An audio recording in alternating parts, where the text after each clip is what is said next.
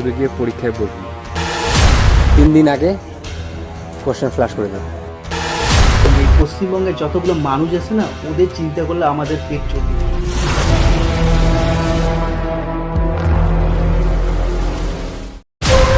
এটা করলে কিন্তু আমরা ভীষণ বিপদে পড়ে যাবে, এটা না করলে হয় না।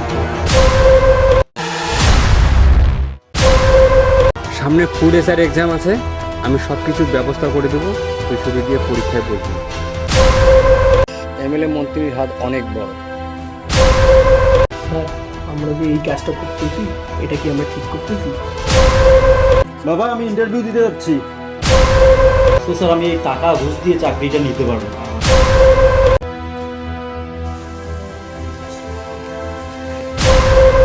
মনে হয় না এবারও আমার চাকরিটা হবে।